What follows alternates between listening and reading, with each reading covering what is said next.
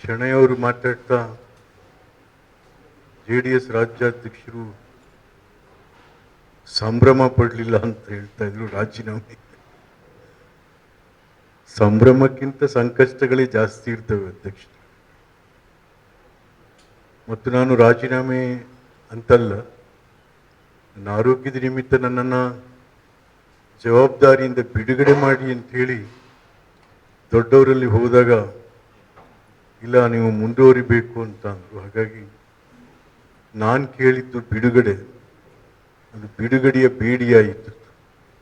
ಹಾಗಾಗಿ ಅದು ನಮ್ಮ ಸ್ನೇಹಿತರು ಒಡಗೂಡಿ ಇವತ್ತು ರಾಜ್ಯದಲ್ಲಿ ಜಾತ್ಯತೀತ ಜನತಾದಳ ಕೆಲಸ ಮಾಡ್ಕೊಂಡು ಬರ್ತಾ ಇದ್ದೀವಿ. ಇವತ್ತು ದೇಶದ ಲೋಕಸಭೆಗೆ ಚುನಾವಣೆ ನಡೀತಾ ಇದೆ. ಜಗತ್ತಿನ ಬಹಳ ಎತ್ತರದ ಜನತಂತ್ರ ವ್ಯವಸ್ಥೆಗೆ ಚುನಾವಣೆ ನಡೀತಾ ಇದೆ. ನಾವೇ ಒಪ್ಪಿಕೊಂಡಿರೋ ರೀತಿಯಲ್ಲಿ ಡಾಕ್ಟರ್ ಬಾಬಾ ಸಾಹೇಬ್ ಅಂಬೇಡ್ಕರ್ ಅವರು ಸಂವಿಧಾನದಲ್ಲಿ ಹೇಳಿರೋ ರೀತಿಯಲ್ಲಿ ಚುನಾವಣೆಗಳು, ಮತದಾನ ಜನತಂತ್ರ ವ್ಯವಸ್ಥೆಯ ಆತ್ಮ, ಮೆದುಳು, ಬುದ್ಧಿ, ಜಂಗಮ ಚುನಾವಣೆ ಜನತಂತ್ರ ವ್ಯವಸ್ಥೆಯ ಜಂಗಮ, ಜನತಂತ್ರ ವ್ಯವಸ್ಥೆಯ ಜಾತ್ರೆ. ಅದನ್ನು ಇವತ್ತು ನಾವು ಈ ದೇಶದಲ್ಲಿ 18ನೇ ತಾರೀಕಿಂದ ಪ್ರಾರಂಭ ಆಗ್ತಾ ಇದೆ. ಬಹುಶಃ ಹಲವಾರು ರೀತಿಯಲ್ಲಿ ಮಾಧ್ಯಮಗಳು ಈ ಚುನಾವಣೆಯನ್ನು, ಕೇಂದ್ರ ಸರ್ಕಾರವನ್ನು ಮತ್ತು ನಮ್ಮ ರಾಜ್ಯದ ಸಮ್ಮಿಶ್ರ ಸರ್ಕಾರವನ್ನು ಬಹಳಷ್ಟು ರೀತಿಯಲ್ಲಿ ಅವರು ವಿಮರ್ಶೆಗೆ ಒಳಪಡಿಸ್ತಾ ಇದ್ದಾರೆ. ಮತದಾರನಿಗೂ ಕೂಡ ಹಲವಾರು ರೀತಿಯಲ್ಲಿ ಮಾಹಿತಿಗಳನ್ನು ಕೂಡ ನಮ್ಮ ಮಾಧ್ಯಮಗಳು ಕೊಡ್ತಾ ಇದ್ದಾರೆ. ಇಲ್ಲಿ ಬಹಳ ಪ್ರಮುಖವಾಗಿ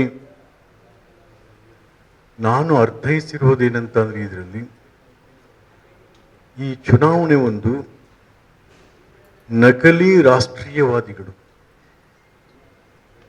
ಮತ್ತು ಭಾರತದ ಬಹುತ್ವದ ಬಗೆಗೆ ಹೋರಾಟ ಮಾಡ್ತಾ ಇರ್ತಕ್ಕಂಥವ್ರು, ಈ ಎರಡೂ ನಡುವಿನ ಸಂಘರ್ಷ ಇವತ್ತು ಈ ಚುನಾವಣೆಯಲ್ಲಿ ನಾವು ಎದ್ದು ಕಾಣ್ತಾ ಇದ್ದೇವೆ.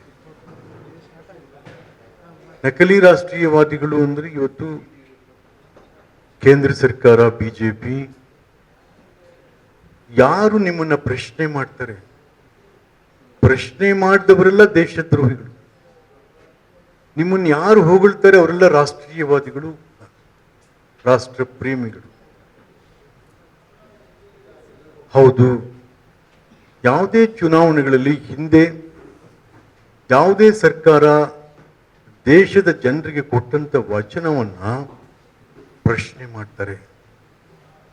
2014ರಲ್ಲಿ ಮೋದಿಯವರು ಈ ದೇಶದ ಜನರಿಗೆ, ದೇಶವಾಸಿಯೂ ಕೊಟ್ಟಂತ ವಚನಗಳೇನು, ಅದು ಎಷ್ಟರ ಮಟ್ಟಿಗೆ ಪರಿಪಾಲನೆ ಅದು ಬಹಳ ಮುಖ್ಯ. ATR, action taken report for 5 years.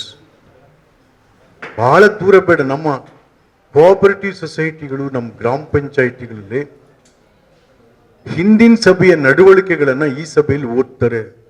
ಏನಾಯ್ತು ನಾವು ತಗೊಂಡಂತ ತೀರ್ಮಾನಗಳು. ಅದರಿಂದ ಇವತ್ತು ಮೋದಿಯವರ ಸರ್ಕಾರಕ್ಕೆ ಪ್ರಶ್ನೆ ಮಾಡ್ತೀವಿ, ನೀವು ಈ ದೇಶದ ಜನರಿಗೆ ಕೊಟ್ಟಂತ ವಚನಗಳು ಏನಾದವು, ಎಷ್ಟರ ಮಟ್ಟಿಗೆ ಪರಿಪಾಲನೆ ಆದವು. ಬಹುಶಃ ಇದೆಲ್ಲ ಪ್ರಶ್ನೆ ಮಾಡ್ತಾ ಹೋದಾಗ ಪ್ರಶ್ನೆ ಮಾಡೋರೆಲ್ಲ ದೇಶದ್ರೋಹಿಗಳು, ನಿಮ್ಮನ್ನ ಹೊಗಳುವವರೆಲ್ಲ ರಾಷ್ಟ್ರೀಯವಾದಿಗಳು. ಸೊ ಹಾಗಾಗಿ ಇವತ್ತು ನಕಲಿ ರಾಷ್ಟ್ರೀಯವಾದಿಗಳ ಮತ್ತು ಭಾರತದ ಬಹುತ್ವದ ಬಗ್ಗೆ ಒಂದು ಸಂಘರ್ಷ ಈ ಚುನಾವಣೆಯಲ್ಲಿ ನಾವು ನೋಡ್ತಾ ಇದ್ದೀವಿ ಅಂತಕ್ಕಂಥ. ಹೇಳಿ ಏನೆಲ್ಲ ಆಯಿತು ಈ ದೇಶದಲ್ಲಿ, ನೀವು ಕೊಟ್ಟ ವಚನಗಳೇನಾದ್ರು,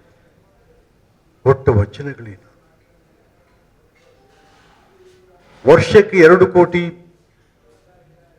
ಉದ್ಯೋಗ ಸೃಷ್ಟಿ ಅಂತ ಅಂದ್ರೆ ಏನಾಯ್ತು? ಅಲ್ಲಿಗೆ 10 ಕೋಟಿ ಉದ್ಯೋಗ ಸೃಷ್ಟಿ ಆಗ್ಬೇಕಾಗಿತ್ತು.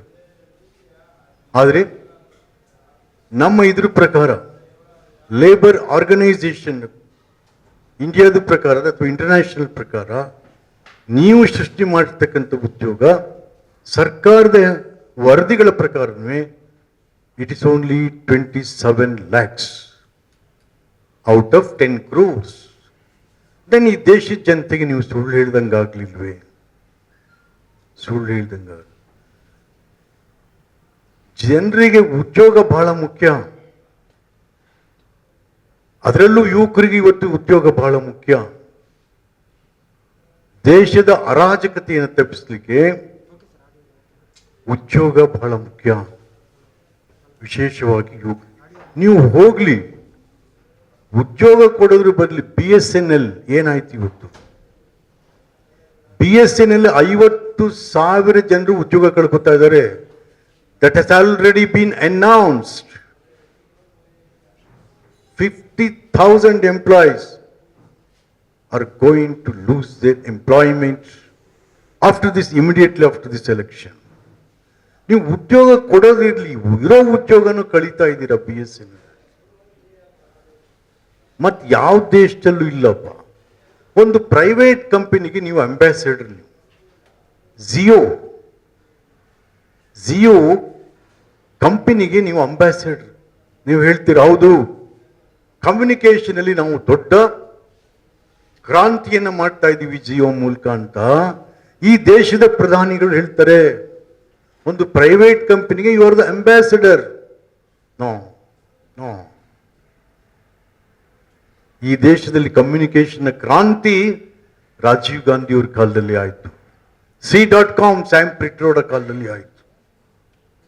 ಸೊ ಹಾಗೆ ಇರೋ ಕೆಲಸನೇ ನೀವು ಕಳೀತಾ ಇದ್ದೀರಾ ಇವತ್ತು. ಮತ್ತೊಂದು ಬಹಳ ದೊಡ್ಡ ವಚನ ಇವತ್ತು ಹೇಳ್ತಾ ಇದ್ದೀರಾ ನೀವು, 6,000 ರೂಪಾಯಿ ಕೊಟ್ಬಿಡ್ತೀನಿ, 2,000 ರೂಪಾಯಿ ರೈತರಿಗೆ.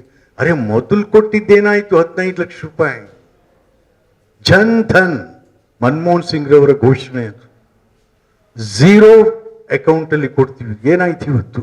ಅವು ಇನ್ನ 0ನಲ್ಲೇ ಇದಾವೆ ಅಕೌಂಟ್ಗಳೆಲ್ಲ, ತುಂಬಲಿಲ್ಲ. ಅದಕ್ಕೆ 15 ಲಕ್ಷ 15 ಕಾಸು 15 ರೂಪಾಯಿ ತುಂಬಲಿಲ್ಲ. ಸ್ಟಿಲ್ 0 ಅಕೌಂಟ್ ಅಲ್ಲಿ ಇದೆ. ಏನೆಲ್ಲ ವಚನಗಳನ್ನ ಈ ದೇಶದ ಜನರಿಗೆ ನೀವು ಕೊಟ್ರಿ, ಅದೇನಾಯ್ತು?